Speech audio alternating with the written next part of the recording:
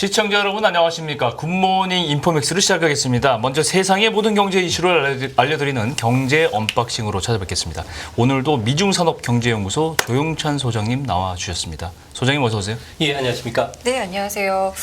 소장님, 미국 정부가 중국 기업을 잠정적 수출 통제에서 제외했습니다. 이게 27개 기업과 단체인데 저는 이 소식을 듣고요. 이 미국이 중국을 대하는 자세랄까요? 이게 참 어렵다? 이해가 잘 안 된다? 어떨 때는 굉장히 좀 강하게 나가고 어떨 때는 좀 되게 유하게 나가고 그래서 지금 이 정책은 저희가 좀 어떻게 봐야 되는지 먼저 좀 들어볼게요. 중국하고 비즈니스를 할 때는 항상 공짜 점심은 없습니다.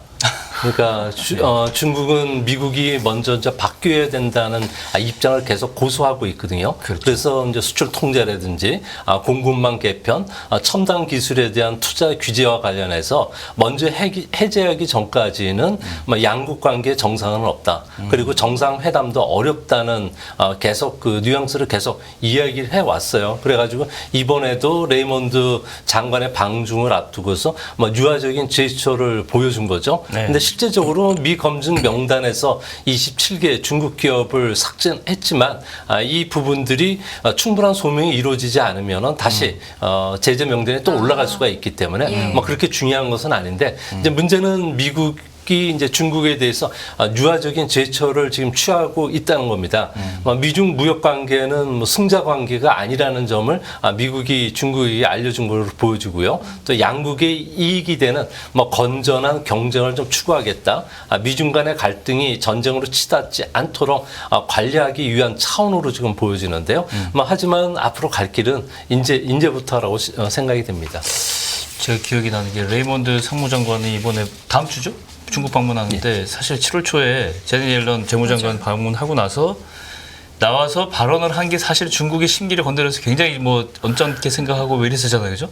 근데 이제 상무장관 이번에 가서는 좀 어떻게 이 사전 조치를 보니까 뭔가 유화적인 제스처를 선물을 갖고 하지 않을까 그런 생각도 드는데 목적은 뭐라고 봐야 돼요? 아무래도 병과 약을 둘 다 갖고 갈 거로 보여지는데요. 네. 이제 일요일부터 다음 주 수요일까지 나흘간에 걸쳐서 베이징과 상하이를 방문하는데요. 여기에서는 고위 관료를 만나게 되고요. 네. 중국에 진출한 미국 기업들과도 회담을 한다고 합니다. 중국 측에는 아무래도 중국이 우려했던 대중국 투자 제한과 관련된 조치를 좀 자세하게 설명해 준다고 하고 있고요. 네. 또 미국 같은 경우는 반간첩법에 대한 우려를 전달한다고 합니다. 이뿐만 아니라 희귀 광물과 관련된 수출 통제와 관련된 현안 문제도 논의가 되고요.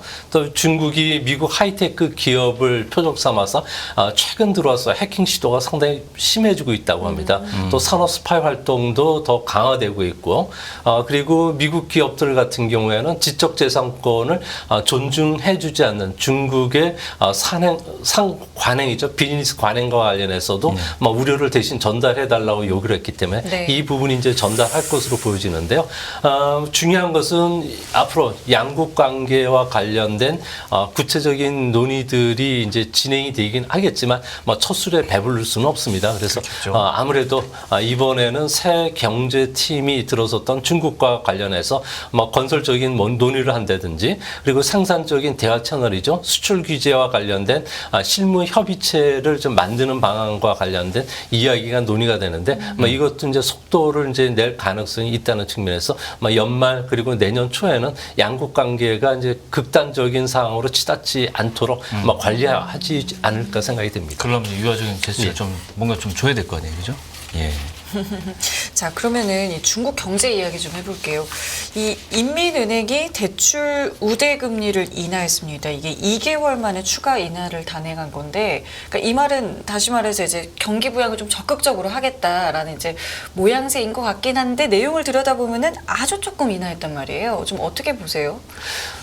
아무래도 이 문제와 관련해서 언론들이 계속 취재는 경기를 부양하겠다는 의도지만 제가 보건대는 지금 현재 중국의 은행들의 그 대출 기피 현상이 너무 심각하다는 거죠. 그래서 이런 상태를 더 방치했다가는 큰일 나겠다. 그래서 금리라도 낮춰서 대출을 좀 확대시켜 주라는 그 시도로 보여지는데요. 민간 개발 기업들 같은 경우에는 그 디폴트 급등을 막지 못한다면은 주택 관련 수요가 급감하게 되고요. 그렇게 되면 기업뿐만 아니라 개인들도 딜레버리니까 부채 축소로 나선다는 겁니다. 네. 이렇게 되면 투자나 소비도 지금 생각했던 것보다도 더 얼어붙을 가능성이 큰데요.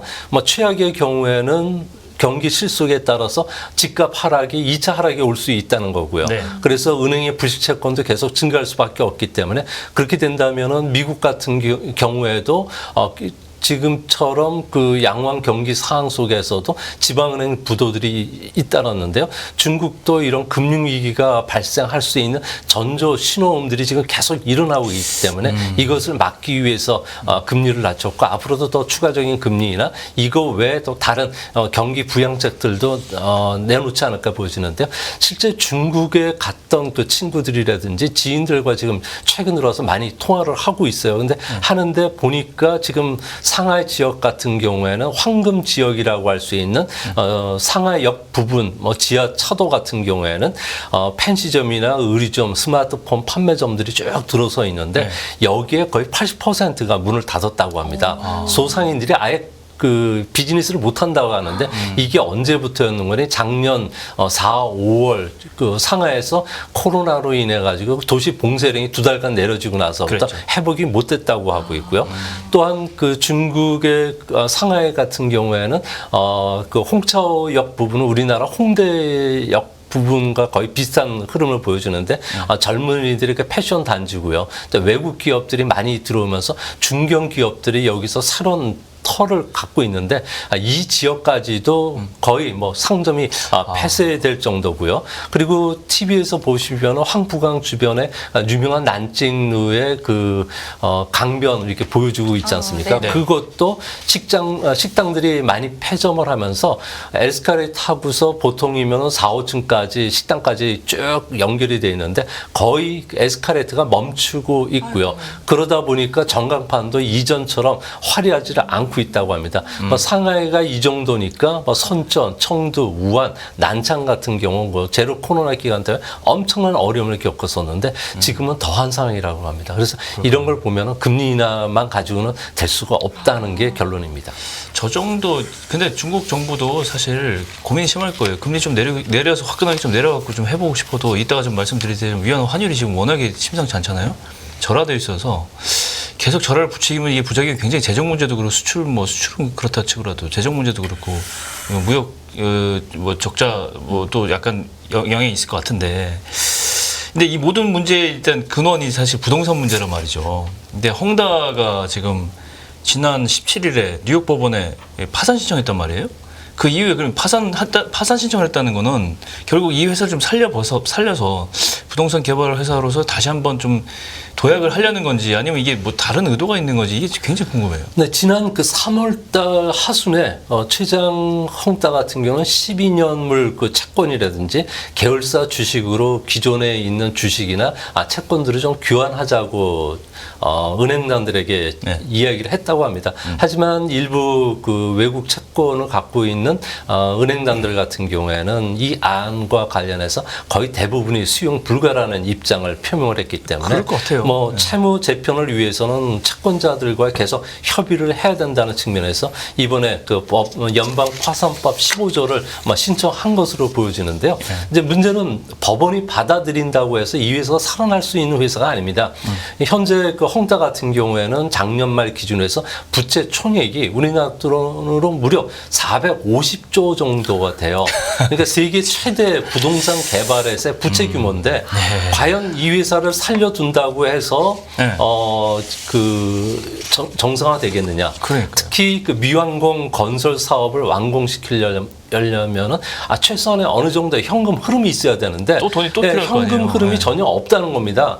2021년 상황하고 지금하고 부동산 상황을 보면 지금이 더 어려운 상황이고요. 네. 뭐 현재 중국의 헝다 같은 경우 280개 도시에서 진행 중인 1,300개 사업들이 거의 중단되어 있고요. 아하. 또 비구이행 같은 경우는 이것보다 3배가 많은 3,000개 사업들을 추진하는데 이 추진도 거의 안 되고 있다는 겁니다.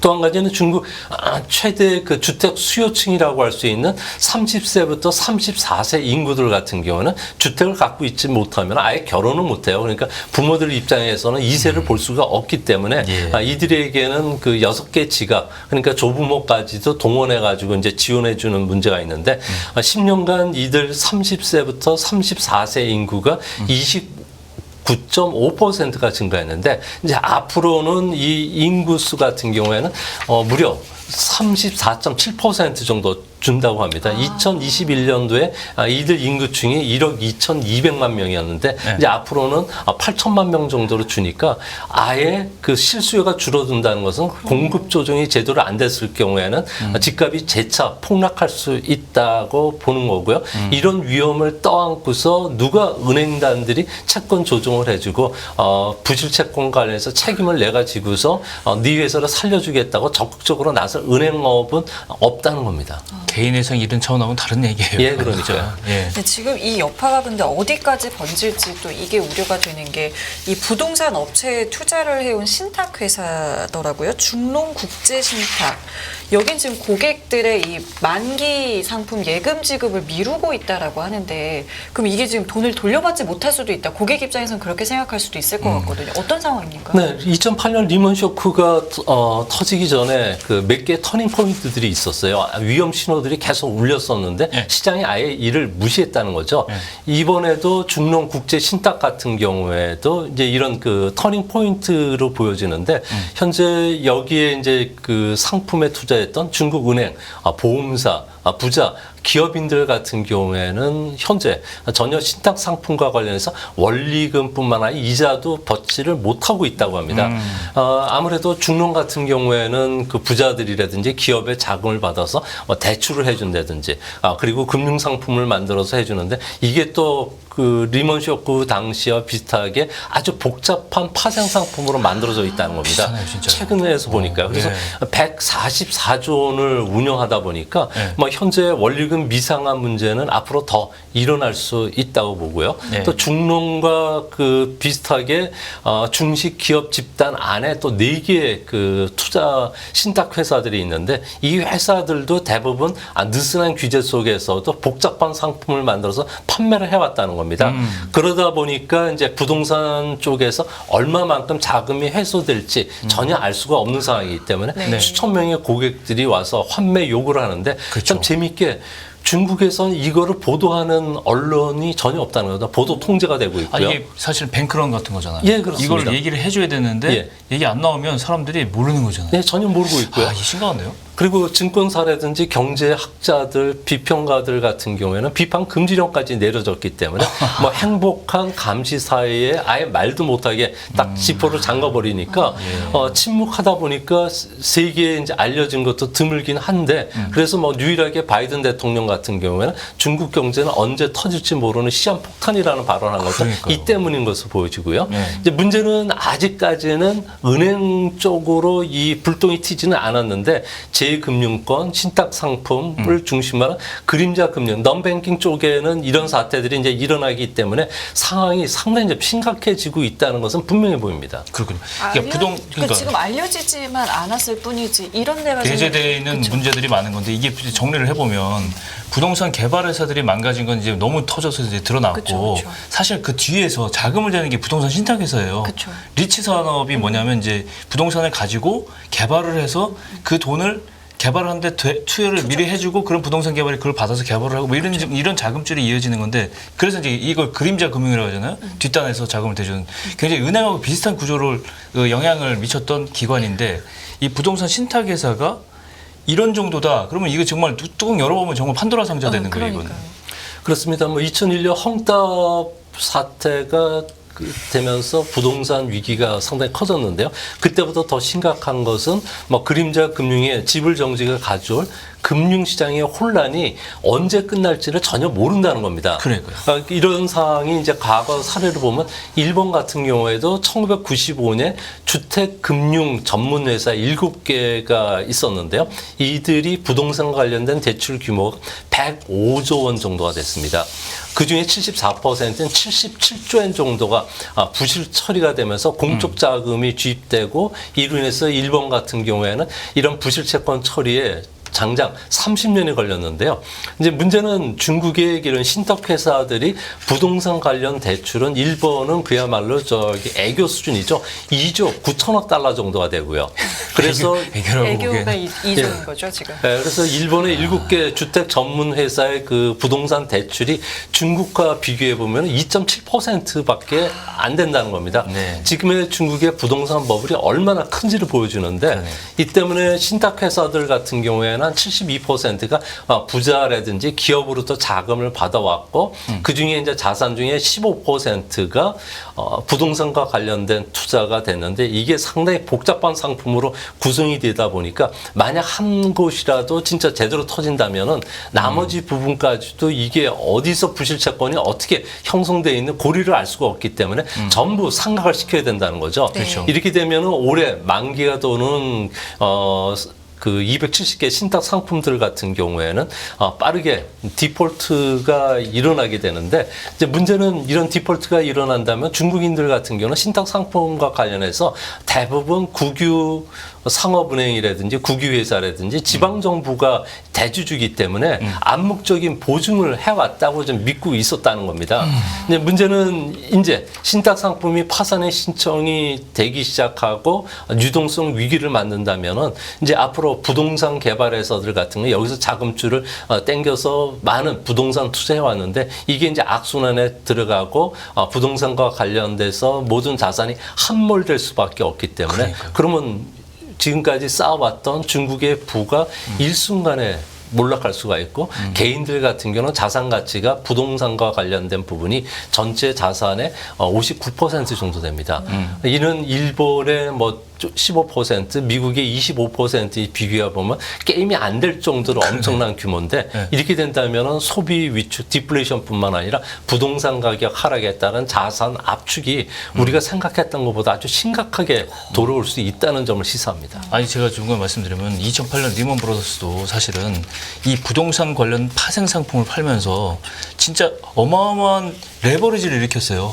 하나를 가지고 요거 요만큼 조건 따라서 또 다른 거랑 섞어서 나중에 가면 어떤 상품들은 그 상품이 어디에 귀속되어 있는 상품인지도 몰라요. 어떤 부동산 담보인지도 모르고 이렇게 되다 보니까 뭐 예를 들어서 100단위짜리 부동산이 가치가 있었다 그러면 이게 1000단위, 2000단위까지 팔아먹는 거예요. 그런데 한 군데서 무너지기 시작하면 결국 가치는 다 합해봐야 100밖에 안 되는데 그렇죠. 2천이나 팔았으니 이거 다 디폴트 나는 거잖아요. 이 맞아요. 그 실력자들이 쟁쟁하게 많았던 리먼 브로더스에서도 그런 일이 일어났는데 중국에서 이게 똑같이 이런 모델로 근데 구조를 갖고 있다는 게 전 이해가 안 돼요, 진짜. 근데 중국 같은 경우에도 현재 그 부동산과 관련돼서 작년부터 계속 위험 신호가 났는데 오히려 신탁 회사들 같은 건 돈이 되니까 네. 이쪽에 많은 자금을 주었고요. 그러다 보니까 중국의 부동산 시장이 뭐 아주 낙관적으로 봐가지고 90%는 자산 가치가 있다고 보지만 10%의 자산 가치 없는 광우병 걸린 가 들어오면서 이 전체 그 소들 100마리들이 이제 가공이 된 거죠. 그래서 하나는 정육점에 납품되고 호텔도 납품. 여기까지는 괜찮은데 이게 진주 햄으로 바뀌고 뭐 다 그 소세지로 바뀌어가지고 그러니까 이게 네. 우리나라 전체적으로 다 퍼졌을 경우에는 네네. 이거를 다 회수한다는 건 거의 불가능한 상황이고요. 여기에 따른 혼란이 그야말로 극심해질 수밖에 없기 때문에 이번 사태가 우리가 생각했던 것보다도 더 커질 수 있고 그래서 중국 정부 입장에서는 이거와 관련해서 어떻게든지 간에 그 보도 통제를 하고 그리고 그 부실 채권과 관련해서 안 보이게끔 그 상각 작업들을 하는데 실질적인 규모는 일본 정도 규모라면은 처리가 가능하고요. 또 리먼 쇼크라면 한 몇 년 정도 고생하면 되겠지만 그 단위를 넘었다는 겁니다. 금액이 훨씬 커요. 예. 그러면 지금 이게 보도 통제에서 될 일이 아니라 이제 뭔가 정책을 막 내놔야 될 것 같다는 생각이 드는데 뭐 지금 하고 있는 게 있을까요? 어떤 움직임은 좀 어떤가요? 네, 인민은행 같은 경우는 금리 인하만 가지고는 될 수 없다는 것은 분명히 인식을 하고 있고요. 네네. 이 때문에 그 대형 국유 산업은행을 중심으로 해서는 대출을 좀 해주라고 창구 지도를 상당히 강력하게 지금 압력을 가하고 있다고 합니다. 하지만 중국 은행들 같은 경우는 예전에는 말을 잘 들었어요. 근데 지금은 급여를 50% 깎아버렸다는 거죠. 아하. 거기에다가 금융권의 사정 활동이 지금 아주 본격적으로 진행이 되고 있는데 여기에서 어떤 금융기관도 나서서 대출을 해줄 수 있는 금융기관이 없다는 겁니다. 네. 이 때문에 늘 회색 코뿔소를 계속 말씀을 드려왔는데 1순위로 지목되는 부분들이 바로 지방정부의 그 대출 플랫폼이라고 할 수 있는 지방대출 평대, 융자 평대라고 하는 LGFB가 있는데요. 여기가 소위 말해서 총 채무가 1천조 원 정도가 된다고 합니다. 그러니까 소위 말해서 상상을 불허할 정도 규모인데 여기에 만기가 올해 840조 정도가 들어오는데요. 이게 대부분 회사채 형태로 해서 발행이 됐는데 만약 이게 디폴트가 일어난다면 은행 상품들 그리고 그 보험 상품들 그리고 이재 상품들이 엄청난 피해를 입고 개인들이 고스란히 이 피해를 떠안게 되기 때문에 사회 문제가 될 수밖에 없다는 겁니다.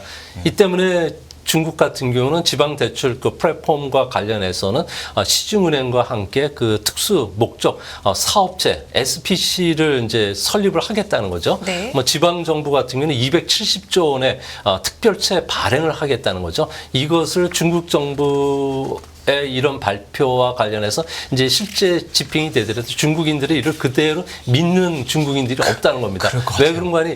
이렇게 해서 자기들이 국유기업이라든지 은행들이 알짜 부동산들은 다 가져가고 나머지 부실 채권들은 지방정부라든지 고객들한테 상품으로 그냥 떠안기겠다는 거죠. 이 때문에 앞으로 중국인들 같은 경우에는 그림자 시장의 그 혼란 또 경기 침체가 장기화될 수밖에 없기 때문에 중국 정부를 아예 믿지를 않는다는 거예요. 그래서 언제든지 이재 상품이라든지 그리고 지방 그 대출 플랫폼과 관련해서는 사고들이 일어날 수가 있기 때문에 이제 앞으로 위험 자산을 회피하는 움직임이 뚜렷해지고 그래서 뭐 주시장이 최근 들어서 많이 약세를 보여주고 또 위엔화도 외국인들을 중심해서 지금 한머니들이 계속 유출되는 것도 이 때문인 것으로 보여집니다. 아니 상무장관이 이번에 방문을 하는 것도 미국 상무장관이 중국에 가서 사실은 중국이 이게 엄청난 충격이 온다면 제일 나쁜 영향을 먼저 받는 외국 국가는 미국이에요. 미국이에요? 그럼요. 미국의 중국이 미국채 보유 세계 2위인데 네? 채권. 네. 네. 채권부터 문제가 생길 거고 그렇게 되면 금리 채권 만약에 중국이 이 미국 채권을 투매를 하기 시작한다면 굉장한 문제가 더 생길 거고 이 속도가 빨라지면 이게 골치 아픈 문제들이 연쇄적으로 일어날 것 같은데 이런 와중에 중국 위안화 환율도 지금 뚝뚝 떨어지고 있어요. 16년 만에 최저치인데 위안화 흐름 이것도 좀 어떤 이 불안의 한 축이지 않을까요? 네, 지난주서부터 위엔화 같은 경우는 1달러에 7.3 위엔선이 깨지고 다시 국유상업은행이 또 매수에 들어오면서 또 살짝 올려놓고 그리고 또 빠지고 이런 상황이 계속 반복이 되고 있는데요. 이런 환율은 본 적이 거의 그러니까 기억이 없어요. 중국 지도부 같은 경우에는 사수 환율 목표가 1달러에 7.35 위엔 선이라고 합니다. 이제 문제는 여기에 이제 중국 정부가 9월 달부터 뭐 단체 여행 자유화 시켰으니까 자유화 전에도 현재 중국 같은 경우는 92억 달러 여행 수지 적자를 보는데 앞으로 더 늘어날 수밖에 없는 상황이고요. 이 때문에 이제 앞으로 중국과 관련된 대내 증권 투자라든지 채권 투자와 관련된 자금들이 계속 빠져나갈 수밖에 없고 그렇게 되면 중국 정부가 해외에 갖고 있는 달러 자산들과 관련해서는 아무래도 환수에 들어오는데 중국이 가장 위험스러운 게 조금 전에도 말씀주셨듯이 1대1로 사업을 하면서 9,500억 달러가 그냥 한몰이 되어 있어요. 외환부여에서 나간 건데. 그러니까 이거는 회수가 불가능하다는 거고요. 또한 통화 스와프 형태로 해서 6천억 달러 정도의 자금이 또한 묶여 있다는 겁니다. 그러다 보니까 할 수 있는 것은 미 달러와 관련된 자산을 일부 매각한다든지 또 상업은행들이 갖고 있는 미국의 부동산과 관련된 펀드들과 관련해서 해약을 한다든지 그리고 달러를 매각을 하더라도 미 달러 같은 경우에 그 채권 시장 규모가 워낙 크기 때문에 뭐 현재 8천억 달러 정도 규모를 절반으로 줄인다고 해서 미국 채권 시장이 크게 흔들리지는 않는 것으로 지금 분석이 되고 있다고 합니다. 아니 7.35를 지금 인민은행이 이걸 지키겠다고 공언을 해버리면 7.35 깨지면 어떻게 되는 거예요? 이거 완전히 대혼란이 일어나는 거 아니에요? 네, 뭐 패닉 상태가 빠질 수밖에 없고 문제는 환율 자체가 이렇게 불안해진다면 수출 기업들 같은 경우는 앞으로 수출과 관련된 그 계획서를 다시 작성을 해야 되는데 뭐 그렇게 됐을 경우에는 상당히 큰 혼란이 초래되고요. 그리고 또 수입 물자들 같은 경우에도 아무래도 많은 그 기업들 같은 경우에는 경영 적자를 볼 수밖에 없다는 측면에서 중국 경제는 한쪽을 막으려면 다른 쪽이 또 터지고 있는 상황이기 때문에 아무래도 그 관리에 상당히 좀 어려움을 처하지 않을까 그렇게 생각이 됩니다. 그럼 지금 경제 성장률 전망을 어떻게 보고 있을까요? 올해 중국의 경제 성장률이요. 근데 지금 국제투자은행들의 보고서들을 보면은 네. 아주 비관적인데요. 질서 있는 거품 빼기를 계속 진행을 하고 그리고 대대적인 경기 부양책을 쓰지 않고 그리고 그 시장 경제 주도로 경제 시스템을 바꾸지 않는다면 중국 경제 같은 경우에는 2030년에 당초 3%대 성장을 예상했는데 이제는 내년부터 3%대로 떨어진다는 거죠. 노무라 증권 같은 경우에도 올해 성장률 목표는 최근 들어서 5.1%에서 4.6으로 확 떨어뜨렸고요. 내년도에는 3.9까지 이제 떨어진다고 봤고요. 네. 또 모건 스탠리 같은 경우는 올해는 4.7, JP 모건 체이스도 4.8로다가 크게 낮췄다는 겁니다. 이제 문제는 앞으로 미중 간의 성장률 격차가 이제는 역전이 되는 현상들이 일어나는데요. 애틀란타 연방은행의 GDP 나우 같은 건 실시간 미국의 그 3분기 GDP 성장률을 연율로 지금 보여주는데 3분기는 5.8% 연율 기준으로 미국이 나온다는 이미 겁니다. 미국이 앞섰는데요. 예, 그러니까 그 중국 같은 경우는 3분기가 2.8 정도가 되니까 아무래도 중국 쪽에서 많은 자원이 빠져나오고 또 미국이 또 고금리고 또 중국은 계속 금리를 낮추다 보니까 한 번 이들이 과연 중국의 돈을 놔둘 필요도 없는 거고요. 그리고 외국 은행들 같은 경우는 중국의 단기 콜론을 많이 빌려줍니다. 우리나라 은행들 같은 경우에도 많은 개인들뿐만 아니라 수출 기업들이 달러 강세를 예상하니까 달러 예금을 많이 넣고 이것을 콜론을 중국 은행들한테 대출을 해주는데 각국이 다 그런 형태거든요. 근데 금리가 이렇게 떨어지고 그러면 과연 중국에 돈을 맡길 수 있는 은행이 없다는 겁니다. 이제 환수를 해와야 되는데 이 자금들이 한 1조 달러 정도 자금이 싱가포르나 홍콩을 통해서 중국에 들어가서 중국의 단기 그 무역 어음이라든지 그 중국의 단기 그 달러 채권과 관련해서 유동성을 공급해 줬는데 이 자금 자체도 말라버린다면 중국으로서는 그야말로 첩첩산중에 좀 빠질 가능성이 있지 않나 이렇게 보여집니다. 아니, 성장률 수준이라는 게 지금 미국 그 성장률이나 중국 성장률을 보면 진짜 뉴노멀이라는 말이 또다시. 이게 고착화되지 않을까 생각도 들고 그래서 이런 일이 원래 이게 상식적이지 않잖아요. 그죠? 우리가 아는 거는 이 숫자 반대예요, 사실. 그렇죠. 그래서 중국 기업들 같은 경우는 미래 불확실성 때문에 아예 고용을 안 한다는 거죠. 중국의 가장 많은 고용을 창출하는 기업이 민간 IT 기업이고요. 부동산 개발 회사고 금융회사고 관광 여행업인데 전체 대졸자의 거의 67%를 이쪽에서 다 해주는데 이쪽에서 고용을 창출해 주지 않으니까 중국 젊은이들 같은 경우에는 현재 나갈 수 있는 방법이 정규 일자리는 없으니까 하루 15시간 정도 일하는 열악한 근무 환경인 소위 말해서 자동차 웹 서비스 소위 말해서 그 대리 운전 이쪽으로 이제 많이들 간다고 합니다. 그러니까 그거 봤어요. 뭐 저 유수에 좋은 대학 인류대학 나온 친구들도 지금 아르바이트식의 일밖에 못 하고 있다 이렇게 푸념하는 거 봤어요, 제가. 근데 그게 디디 출신 같은 경우는 그나마 많이 주는데 15시간 동안에 진짜 밥도 못 먹고 일을 해야지만 일당이 하루에 한 7만 원에서 10만 원 정도 이 정도 일하면 하루 쉬어야 되는데 하루 쉬지를 못한다고 그러네요. 그래서 현재 배차 앱에 등록되어 있는 중국인들 같은 경우에는 젊은 층이 무려 580만 정도 되는데 4월 말부터 7월 말 사이에 신규 대졸자들 같은 경우는 40만 명이 이 시장에 몰려갔다고 합니다. 이 때문에 앞으로 그 실업 문제들이 계속 그 불거지는 한 중국의 고용의 질이 계속 악화되고요. 그렇다면 중국인들이 한국산 소비재를 소비해 줄 수 있는 여력도 없고 영화관도 갈 수도 없는 상황이고 해외 여행자들도 많이 줄어들 수밖에 없지 않나 이렇게 보여집니다. 그럼 유커들 돌아오는 것도 사실은 뭐 중국에서는 그렇게 저 바람직하지 않은 일인데 사실은. 네, 그러긴 하더라도 중국 사회 전체적으로 봤을 경우에 돈 많은 사람 아직도 많다는 거죠. 뭐 집이 두세 채 있고 그동안에 저축했던 그 부유층들 또 연안 지역을 중심으로 해서 1억 명 정도는 우리보다도 더 잘 사는 물론 상계층들이기 그렇죠. 네, 물론 때문에 그렇죠. 막 이들의 사회적 불만 문제가 상당히 크게 작용이 되고요. 또한 말도 못하게 하는데 해외여행까지 못하게 해주면 그야말로 불만이 폭발할 수밖에 없다는 겁니다. 그래서 이런 것은 아마 울고 겨자 먹기식으로라도 불만 해소 차원에서 해외여행도 시켜줄 그런 수밖에 차원이겠네. 없지 않나. 시간은 다 됐지만 이거 하나 여쭤봐야 되는데 실물 경기를 증시는 늘 선행하잖아요.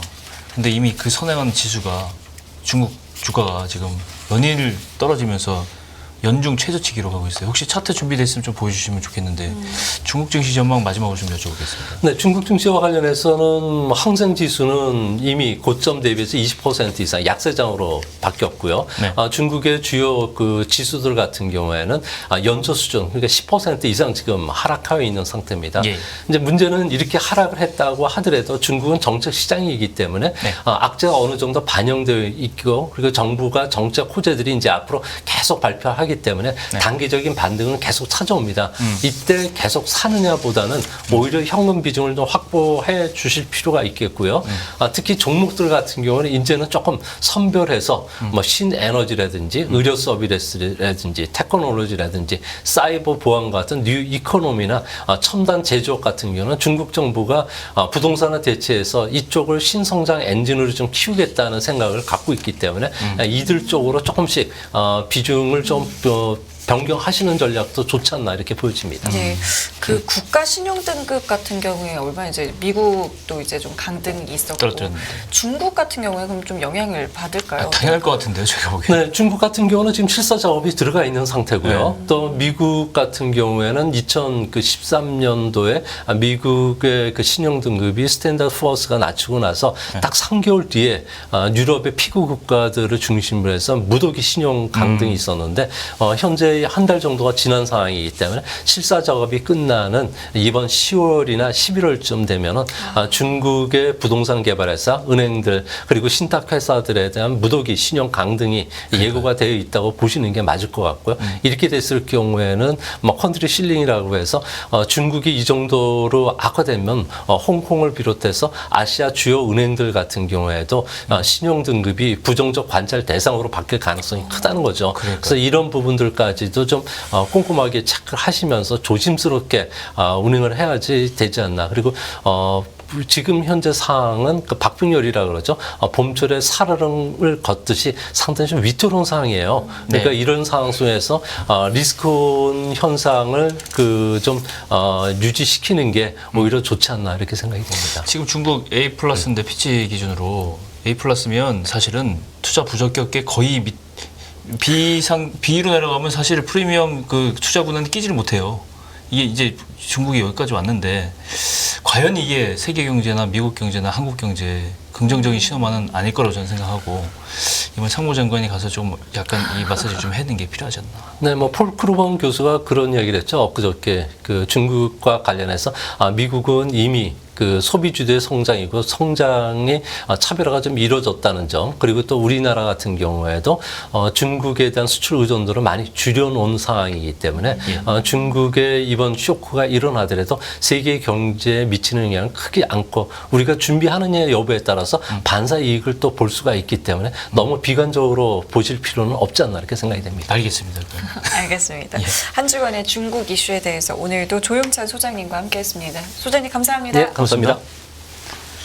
예, 깊이가 다른 경제 뉴스 연합뉴스 경제TV 경제 언박싱 오늘 여기서 마무리하겠습니다. 네, 시청해주신 여러분 감사드리고요. 저희는 내일 이 시간에 다시 찾아뵙겠습니다. 네, 지금까지 김경훈 성김이었습니다. 고맙습니다. 끝없는 위기 속 기회는 언제나 숨어 있습니다. 성공한 투자 고수들과 나눈 투자의 철학. 다가올 기회를 잡아내는 부의 만찬으로 여러분을 초대합니다. 푸짐하게 한 상 차려놓았습니다.